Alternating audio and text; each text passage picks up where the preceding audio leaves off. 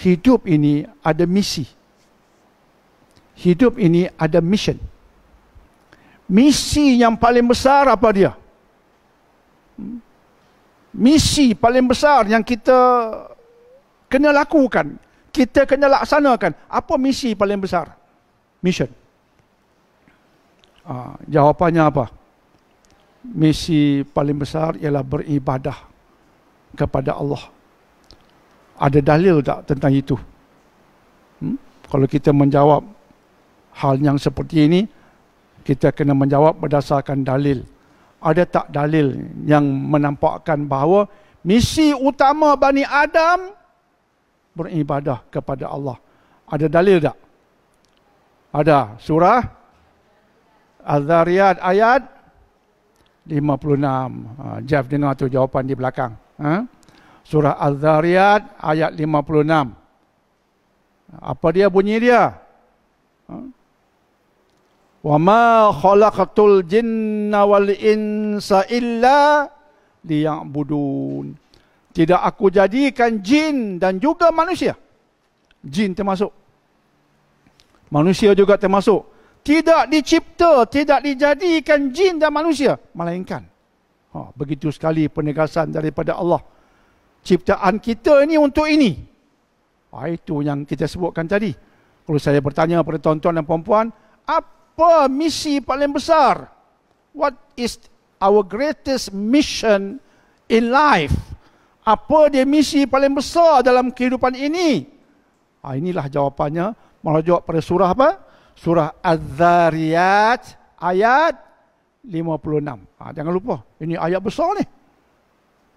Yang menampakkan pada kita tentang tujuan besar hidup kita, iaitu liya'budun. Liya'budun. Liya'budun artinya agar mereka beribadah ataupun agar mereka menyembah aku, yakni Allah sahaja. Tidak dicipta jin dan juga manusia melainkan untuk beribadah kepada Allah. Sebab itu Al-Ghazali dalam Minhaj mengatakan ada dua permata penting kan, yang langit dan bumi dicipta kerananya, rasul-rasul diutus kerananya, kitab-kitab Allah turunkan kerananya. Kerana dua ini. Saya ulang-ulangi kenyataan Al-Ghazali sebab dia merujuk kepada ayat Quran antaranya yang telah kita sebutkan tadi.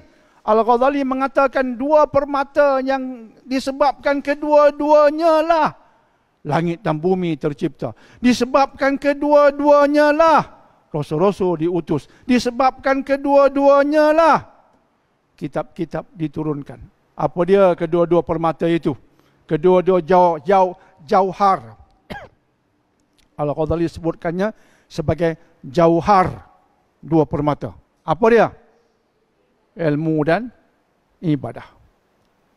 Tadi kita fokus pada ibadah, tujuan hidup. Maka Al-Ghazali angkat, inilah benda yang paling penting dalam hidup. Lantas orang yang hidup, mensia-siakan hidupnya, waktu dalam hidupnya tanpa ibadah, punyalah rugi dan punyalah malang. Sebab tu anak-anak kita dari kecil bagi dia faham misi ini. Sebelum dia remaja, sebelum dia membesar, pergi ke sana, pergi ke sini. Sebelum dia pandai ke sana, pandai ke sini, bagi dia pandai dulu tentang ibadah ini. Bagi dia pandai terlebih dahulu tentang tujuan hidup, supaya ketika dia hidup, tanpa kita pun dia faham. Ini kompas dia. Aku pergi ke mana pun ibadah tidak boleh aku alpa. Dia faham itu. Tiap-tiap hari cerita. Ulang. Pendidikan ini, satu rahsia pendidikan, tahu apa dia? Ulang. Kalau mendidik anak, ingat ini. Ulang. Jangan bosan mengulang. Bangun semayang. Jangan bosan mengulanginya. Besok subuh, gerak lagi. Janganlah merungut. Ibu duk gerak kamu dah 10 tahun dah. Memanglah.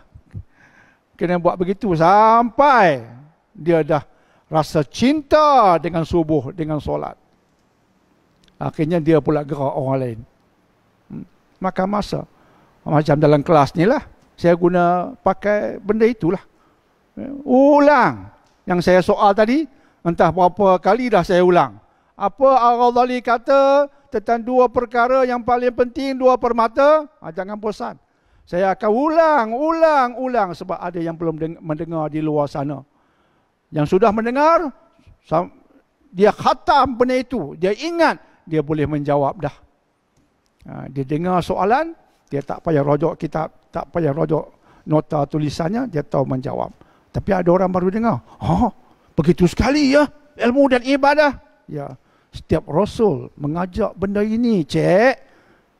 Sembahlah Allah. Ubudullah. Sembah, kena sambung. Marilah kita sembah. Hidup kena sembah. Salah. Hidup menyembah Allah. Jangan tersangkut, jangan terputus di situ. Kita hidup kena sembah. Silap. Kena sembah Allah. Sebab tidak ada Tuhan melainkan Dia. Rasul, mesejnya itu. Nabi Soleh berkata demikian. Kita ulang-ulangi ini. Al-Quran dia ulang. Cerita Nabi Hud, benda sama juga. Datang cerita Nabi Soleh, Allah ulangi kalimat yang Nabi Hud sebut. Diulangi. Supaya kita sedar, oh ini serius ni. Sebab tidak ada Tuhan melainkan Dia.